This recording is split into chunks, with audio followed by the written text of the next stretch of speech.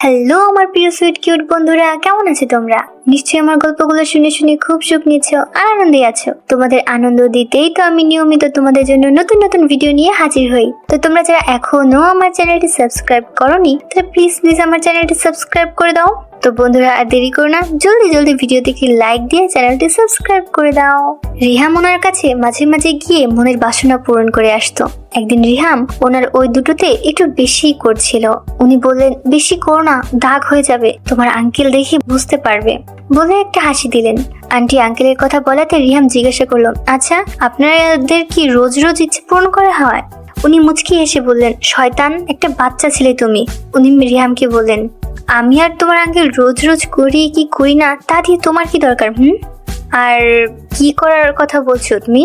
রিহাম তার কথা শুনে বেশ মজা পেল। তারপর বলল, আমি তো বাচ্চা ছেলেই, সেজন্যই তো আমাকে আপনি নিজে থেকে সবকিছু শিখিয়ে দেন। আন্টি একটা কপট রাগ দেখিয়ে রিহামের বুকে ছোট্ট একটা কিল মারলেন আর বললেন, প্রায় রোজই করতাম আমরা, তবে তোমার সাথে সেদিন করার পর থেকে আর করিনি। তোমার আঙ্কেল জিজ্ঞেস করেছিল যে কি হয়েছে, আমি বলেছি শরীর ভালো নেই। রিহাম আন্টিকে জিজ্ঞাসা করলো, তাহলে তো আপনার শান্তি হয়, তবু আমাকে নিয়ে পড়েছেন কেন?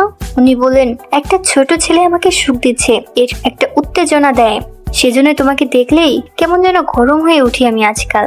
তাছাড়া এই বয়সে এত আরাম দিচ্ছ তুমি, সেটা তো বাড়তি পাও না, তাই না? তারপর রিহাম আর আন্টি আবারও মেতে উঠলো ভালোবাসায়। মিনিট 10 পরে উঠে দুজনেই ওয়াশরুমে গেল। ঘরে এসে জামা কাপড় পরে সুস্থ হলো। কিছুক্ষণ পরে বাড়ি চলে গেল রিহাম। একদিন আন্টি রিহামকে ডেকে বললেন, তুমি তো টিউশন পড়তে যাও, ক্লাস ফাঁকি দিয়ে কি সিনেমা টিনেমা দেখো না তোমরা? রিহাম বলল, কেন, আমাকে কি সিনেমায় নিয়ে যাবেন বুঝি? উনি বললেন, সব কথাতে এত প্রশ্ন করো না তো, তুমি যা জিজ্ঞাসা করছি সেটা বলো। রিহাম বলল, হ্যাঁ কেন যাবো না, তবে খুব কম, টিউশন ফাঁকি দিয়েছি, জানতে পারলে বাড়িতে বকা খাবো। উনি বললেন, কবে কবে টিউশনি তোমার?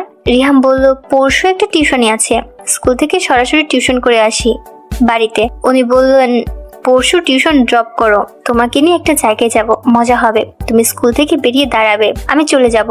রিহাম বলল, ঠিক আছে। রিহামের মনে ঘুরতে লাগলো, আন্টি কোথায় নিয়ে যাবে তাকে? যাই হোক, সেদিনটা আসতে এখনো 2 দিন বাকি। সেদিন সকাল থেকে রিহামের মনে এক অন্যরকম উত্তেজনা, আন্টি কোথায় নিয়ে যাবে তাকে? রিহাম অন্য দিনের মতো স্কুলে গেল। রিহাম স্কুল থেকে বেরিয়ে বাস স্ট্যান্ডে দাঁড়ালো।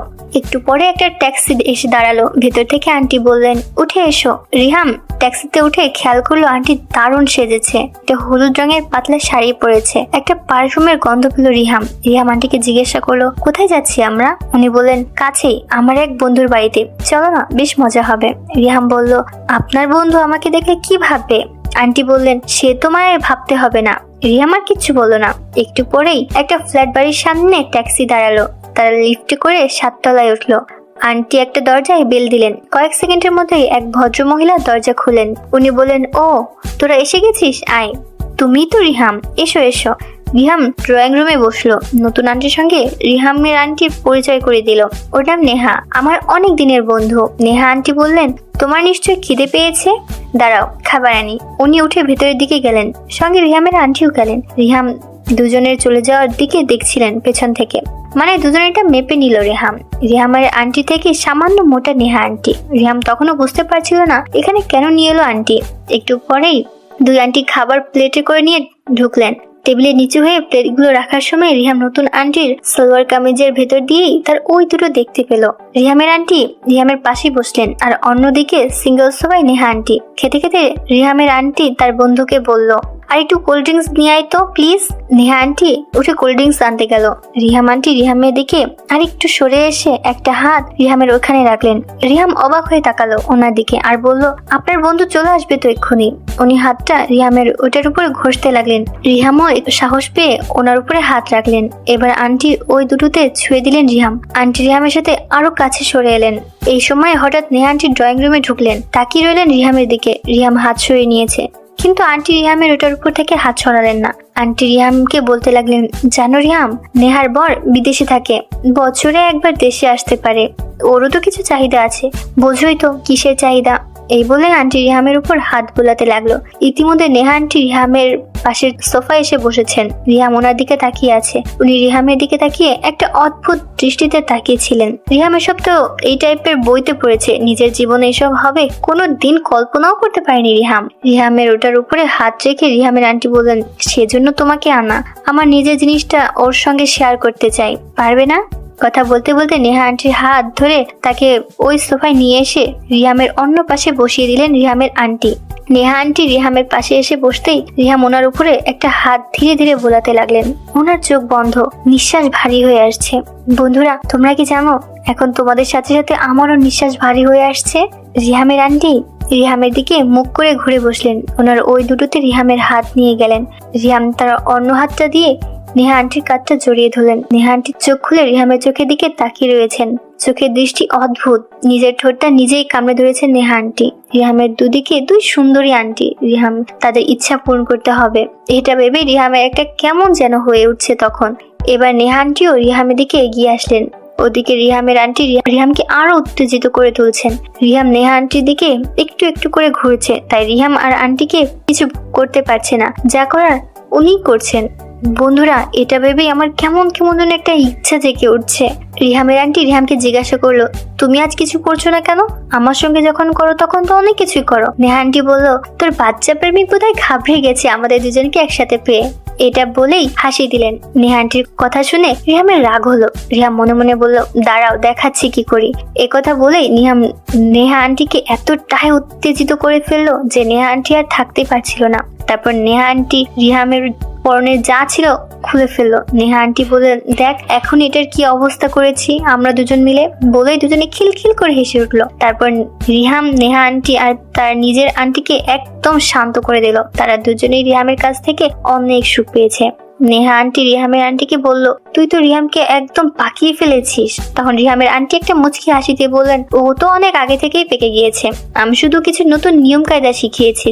রিহাম জামা কাপড় পরতে পরতে আবার আন্টিকে বলল, আপনি বাড়ি যাবেন না? উনি বলেন, আমাদের দুজনে একসাথে যাওয়া ঠিক হবে না, তুই যা, আমি একটু পরে যাব। মেয়েদেরকে এক রিলেটিভদের বাড়িতে রেখে এসেছি, ওদের নিয়ে ফিরবো। রিহাম রেডি হয়ে ঘর থেকে বের হতে যাবে। নেহা আন্টি উঠে এলেন। রিহামের হাত ধরে বললেন, তুই আজ যা আরাম দিয়েছিস তার জন্য থ্যাঙ্কস রে সোনা, তবে একটা কথা রাখবি বল। রিহাম বলল, কি কথা? উনি পাশে টেবিলের উপর থেকে একটা পার্স তুলে নিলেন। তার থেকে বেশ কিছু টাকা বের করে বললেন, এটা দিয়ে কোন একটা গিফট কিনে নিস প্লিজ। রিহাম বলল, এ আবার কেন? আপনারা এখানে এসে তো আমারও আরাম লেগেছে। রিহামের আন্টি হেসে বললেন, নিয়ে নে ওর কাছ থেকে, ছোট শয়তানকে কোনো গিফট দেওয়ায়। রিহাম টাকাটা পকেটে রেখে দিল। নেহা আন্টির বাড়িতে বাইরে এসে গুনে দেখলো 1000 টাকা। রিহামের জীবনের প্রথম রোজগার, কোনো মহিলাকে আরাম দিয়ে। এরকমও যে আরো হবে তখন জানতো না রিহাম। সেদিন একসঙ্গে দুই আন্টির পাগলামির পরে বেশ কয়েক মাস কেটে গেল। রিহাম আর পাশের বাড়ি আন্টির সঙ্গে ওনাদের বাড়িতে থাকে, বেশ কয়েকবার সুখ দিয়েছে। সেই সময় উনি বারেই ওনাদের দুজনের সঙ্গে সেই দিন কেমন মজা করেছিল সেই কথা তুলতো। ওনার বোধহয় ইচ্ছে যে আবারও দুই বন্ধু রিহামকে দিয়ে একসাথে তাদের ইচ্ছা পূরণ করবে, তাকে নিয়ে মজা করবেন। এদিকে রিহাম স্কুল থেকে বেরিয়ে টিউশন ক্লাস ফাঁকি দিয়ে নেহা আন্টির বাড়িতে গিয়ে ওনাকে আলাদাভাবেও সময় দিয়েছেন কয়েকবার, সেটা রিহামের আন্টি জানেন। শেষমেশ রিহামের আন্টি একদিন বলেই ফেলেন, নেহা আর আমি আবার তোকে দিয়ে একসঙ্গে ইচ্ছা পূরণ করব, কবে যেতে পারবে? রিহাম বলল, পরে বলবো। তো বন্ধুরা, পরে রিহাম কি আবারও গিয়েছিল কিনা সেটা আমি তোমাদেরকে হওয়ার পরে জানাবো। আমার সাথেই থেকো, অনেক অনেক ভালোবাসা তোমাদের জন্য। তো বন্ধুরা, আজকের গল্পটি তোমাদের কেমন লাগলো ফেসবুকে মেসেজ করে আমাকে জানিয়ে দিও।